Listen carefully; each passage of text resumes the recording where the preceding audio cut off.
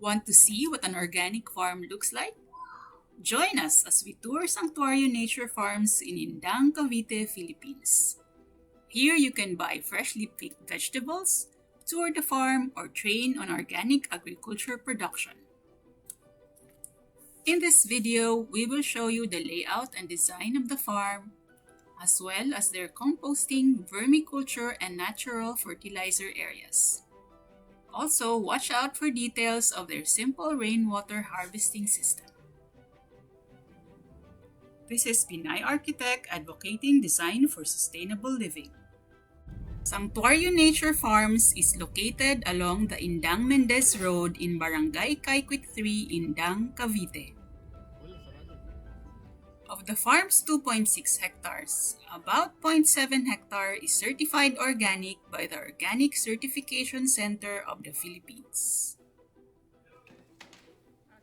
TESDA has also accredited it as a training center for organic agriculture production. We came here to buy vegetables, and we were lucky enough to be given a short tour. A farm road winds around the site, giving access to the crop and livestock areas.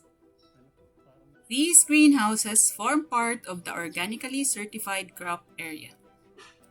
They are made of steel pipes and roofed with plastic. Open sides and a roof opening promote good ventilation. Precast concrete blocks line the raised garden beds. Holes help aerate the soil. Drip irrigation is used for watering.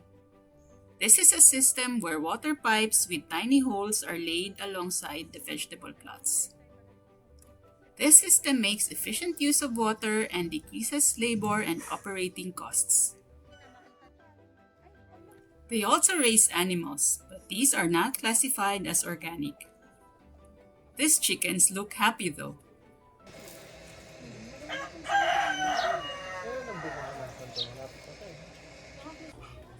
Organic agriculture avoids use of chemical pesticides, choosing preventive methods instead.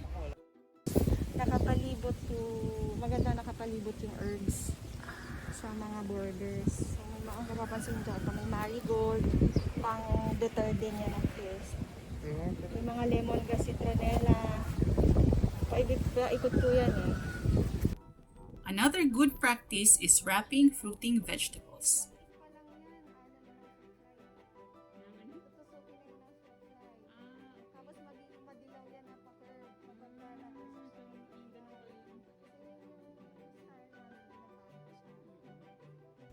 Crop diversity is also important to avoid massive infestation. Vermicast or earthworm droppings are used to enrich the soil. Dried leaves are placed on top of these raised beds to feed the earthworms underneath.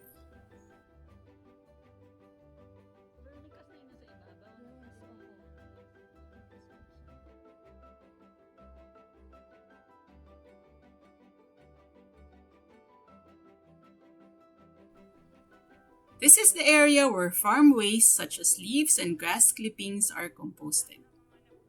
Each box is in a different composting stage. The use of synthetic fertilizers is also prohibited. Here they make natural fertilizer from fermented fruit, vegetable, and fish waste.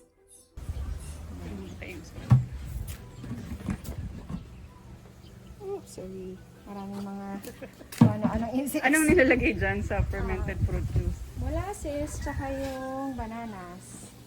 Tapos, anong gamit? Pero this time, ito nilagyan ng water para mas tipid siya. And so, okay lang naman yan. Paano siya ginagamit sa tanim? Ang banana po kasi, ano siya, pang more on potassium. So, ang potassium ginagamit siya pag sa fruiting part na ng halaman. Kasi ito lang yung pang ferment. Tapos, ang FAA, fish amino acid. So, yun yung hasang lang po ang gamit kasi deliver lang sa palengke yung hasang ng mga fish and trails. Ang FAA, yun yung matapang sa nitrogen. So, yun yung nasa first parts ng halaman, yung nag-grow pa lang siya. So, iba-ibang stages ng halaman, iba-ibang klaseng concoction din. Oo, parang tayo, di ba? Nagbabago yung nutritional needs ng tao every stages ng lives natin. Kaya pag buntis, mas iba ang Ibang kailangan. kailangan. So, yung buntis part nila, yun yung pag nagpa-flower na. So, ang ginagamit doon naman, pwede rin yun po yung banana. Saka itong, ito, yung calcium. Yung shells ng eggs. Tinotoast. Roast. Tapos lalagyan siya ng vinegar. Tapos ang niyan, ang ratio niyan is 1:10.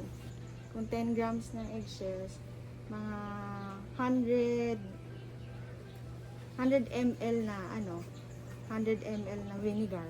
Pero natural vinegar dapat. Usual dilution naman ng lahat ng concoction. Pinaka-safe po yung 1:1000. We also like their simple rainwater harvesting setup. A downspout connects to plastic drums which store the rainwater.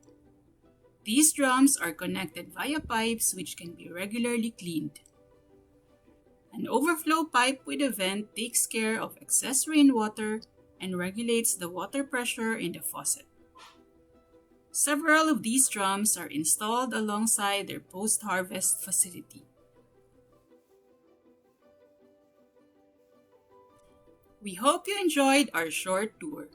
If you like this video and would like to see more in the future, please subscribe to our channel. Aside from fresh vegetables, you can also buy brown eggs, gardening materials, and seeds. Tours can also be arranged. Maraming salamat!